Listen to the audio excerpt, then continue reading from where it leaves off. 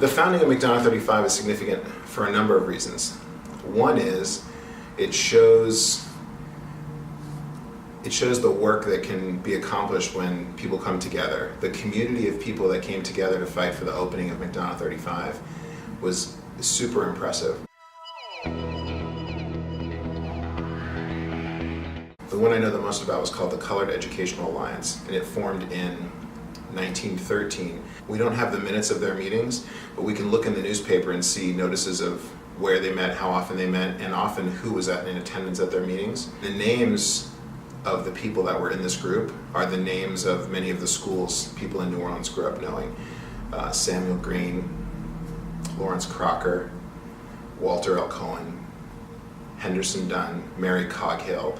All these people were part of this group of black people that were fighting to get a high school. Because if we rewind back to 1900, in 1900 the Orleans Parish School Board decided to terminate all public education for black students after 5th grade.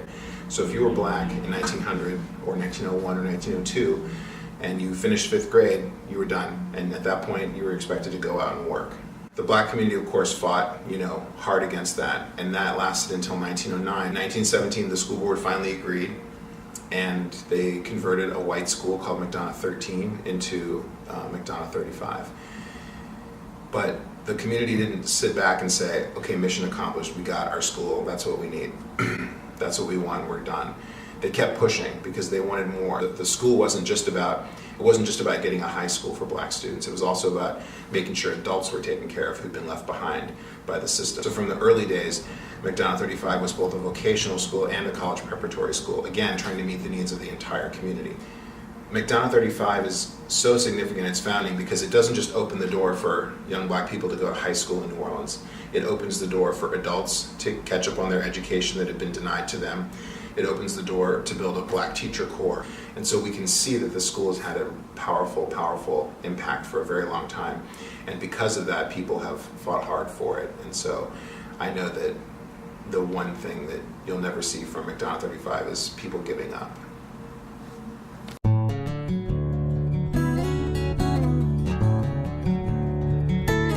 Graduating from McDonogh 35 has impacted my life by a lot of people. Everywhere I go, that's the first place they ask you, oh, where you went to school at? Mm-hmm. Like 35, oh, my grandmother went there, my mama went there. And it's like my family legacy a little bit went there. Like my mom, her aunts and stuff, they went there. And the faculty there kept us together like we were the family while we was there. We had to respect each other while we was there. Like faculty, they wasn't just like our teachers, they was like our aunts, our uncles. They'll tell you right from wrong. So I feel like a connection to them because they always made it personal for us. Hi, my name is JADA White and I'm a graduate of McDonogh 35 class in 2016. I currently attend University of New Orleans and I'm a biology major. Being an alumna of the school, I would say, is a privilege. At McDonogh 35, they kind of influenced me to be a better person. The family, I feel like I could always, come to someone at McDonogh 35 and ask them for help and tell them what I have went through or what I am going through, and they will be there to assist me and help me along the way.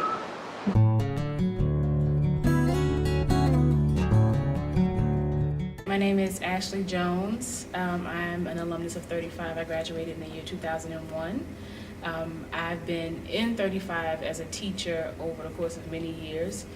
So one thing that I really remember about 35 is how they built up all of us as students. So one thing that we heard all the time over the intercom every morning before we were dismissed was, you're the best and the brightest, you're the cream of the crop. Mm-hmm. That type of positive intention setting in us. So we felt like we were special, we felt like we could do anything. Just that sense of being a part of an institution, a high school, where some of the greatest folks in New Orleans have come from. That does something. Yeah. You can stand on that forever.